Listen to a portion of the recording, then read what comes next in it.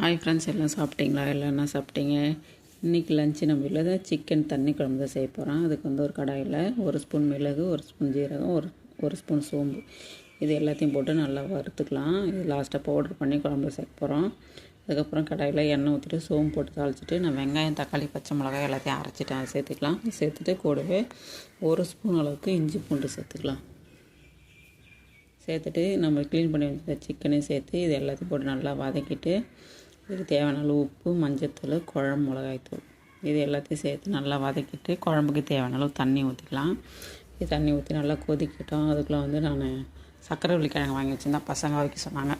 அதையும் அப்படியே கழுவிட்டு அதையும் அவிக்கிறதுக்கு இட்லி குண்டான வச்சுட்டேன்.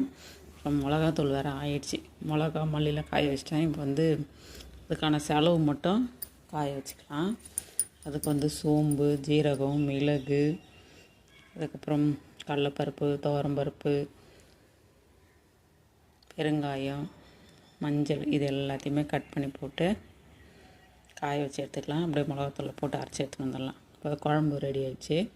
நம்ம அரைச்சி வச்ச மசாலா சேர்த்துட்டு மல்லித்தழை சேர்த்து குழம்பு நல்லா கொச்ச உடனே இறக்கிட வேண்டியதான். அவ்வளோதான், சிக்கன் தண்ணி குழம்பு ரெடி ஆகிடுச்சு. அப்படி சாப்பாடை போட்டு குழம்பு ஊற்றி சாப்பிட வேண்டியதான். நீங்கள்லாம் என்ன சாப்பிட்டேன்னு சொல்லுங்கள். இதுதான் இன்றைக்கி நம்ம வீட்டில் சமையல். குழம்பு, சாதம், கிழங்கு வச்சு வச்சுக்கிறேன். பாய், அடுத்த வீடியோவில் பார்க்கலாம்.